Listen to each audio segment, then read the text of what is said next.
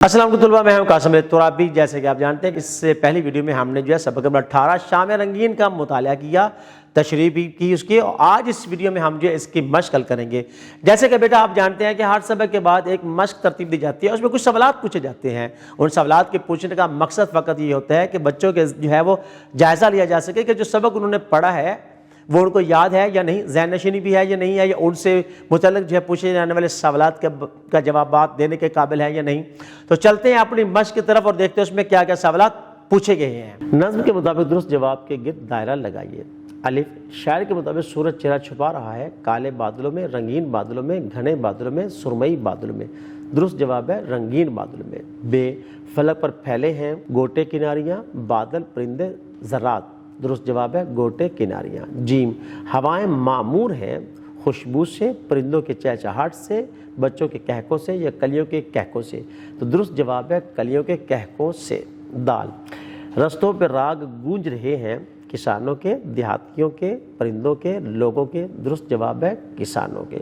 हे, नज़्म के शायर का नाम है इलामा मोहम्मद इकबाल, हाफिज़ जलंधरी, मुनीर न्याजी, अहमद फराज। तो दुरुस्त जवाब है हाफिज़ जलंधरी।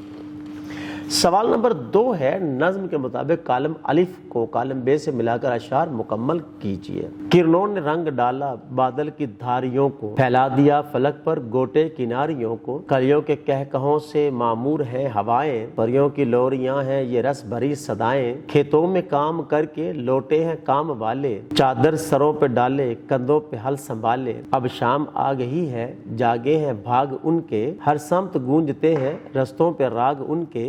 ले के ढोर डंगर चरवाहे आ रहे हैं, सीटी बजा रहे हैं और गीत गा रहे हैं। सवाल नंबर 3 है कि दिए गए सवालात के मुख्तसर जवाबात तहरीर कीजिए। अलिफ, सूरज के बिस्तर जमाने से क्या मुराद है? से मुराद है कि सूरज मगरब में गरूब हो रहा है। बे, चरवाहे किस तरह वापस आ रहे हैं? चरवाहे गीत गाते और सीटियां बजाते हुए वापस आ रहे हैं। जीम, शाम होते ही दुनिया किस कैफियत में मुब्तला हो जाती है? शाम के वक्त दुनिया पर पुरसकून और आराम की कैफियत तारी जाती है। दाल, शाम के वक्त रस्तों पर किन के राग गूंजते हैं? शाम के वक्त रस्तों पर किसानों और चरवाहों के राग गूंज रहे होते हैं। सवाल नंबर 4 है, दिए गए सवालात के तफसीली जवाबात तहरीर कीजिए। असातिज़ा कराम इन सवालात को जो तख्ता बोर्ड पर लिखें और कॉपी पे नकल करवाएं ताकि बच्चे उन्हें लिख सकें और बार बार पढ़ें और दोबारा जो है वो भूल जाने पर दोबारा पढ़कर याद करके इम्तिहानात में अच्छे नंबर हासिल कर सकें। ज़ुबानी इजहार। सवाल नंबर 5 है, जमात का कोई एक तालिब इल्म दर्ज झैल नामुकम्मल मिसरों को पढ़े और बाकी तलबा नज़्म में से मुनासिब अल्फाज का इंतखाब करके मिसरा मुकम्मल कीजिए। अलिफ, किरणों ने रंग डाला खाली जगह की धारियों को, खाली जगह में आएगा बादल। बे, फैला दिया खाली जगह पर गोटे किनारियों को, खाली जगह में आएगा फलक।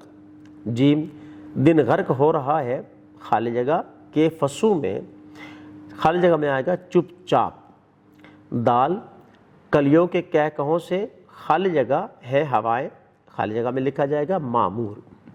है, परियों की खाली जगह है ये रस भरी सदाएं, खाली जगह में लिखा जाएगा लोरियां। सवाल नंबर 6 है, दिए गए नज़्म पारे को पढ़िए और सवालात के ज़ुबानी जवाबात दीजिए। असातिज़ा कराम इन अशार को पढ़ें और इनके जवाबात जो है वो भी तहरीर करके दें। मिसाल के तौर पर, किन के सरों पर चादर और कंधों पे हल होते हैं? बे, शाम के वक्त भाग जागने से क्या मुराद है? जीम, चरवाहे किस अंदाज में घरों को लौट रहे हैं? सवाल नंबर 7 है, दी हुई नज़्म तवज्जो से पढ़िए और इसके अहम निकात बयान कीजिए। असातिज़ा कराम इस नज़्म के अहम निकात जो तख्ता बोर्ड पर लिखें और उनको बच्चों को कॉपी पे नकल करवाएं ताकि बच्चे उन्हें बार बार पढ़ें, याद करें और इम्तिहानात में अच्छे नंबर हासिल कर सकें। लफ्ज़ों का खेल। सवाल नंबर 8 है, झैल में दिए गए गलत जुमलों को दुरुस्त करके लिखिए। असातिज़ा कराम इन जुमलों को जो है जो गलत और जुमलों की दुरुस्ती करें ताकि बोर्ड पर लिखें और बच्चों को समझाएं कि इसमें किस चीज़ की गलती है, जुमलाती गलती है या इमला की गलती है या उसके तहरीर करने में गलती आ गई, तस्गीर व तानीस की गलती है या इमला की। तो इस तरह बच्चों में जो है वो गलत जुमलों की दुरुस्ती की सलाहियत पैदा हो जाएगी। ज़ुबान शनासी। सवाल नंबर 9 है, मुतशाबह अल्फाज इन अल्फाज को कहा जाता है जो इमला या आवाज़ के लिहाज से एक दूसरे से मिलते जुलते हों मगर इनके मानी मुख्तलिफ हों। दर्ज झैल मुतशाबिह अल्फाज के मानी लिखिए और जुमलों में इस्तेमाल کیجیے۔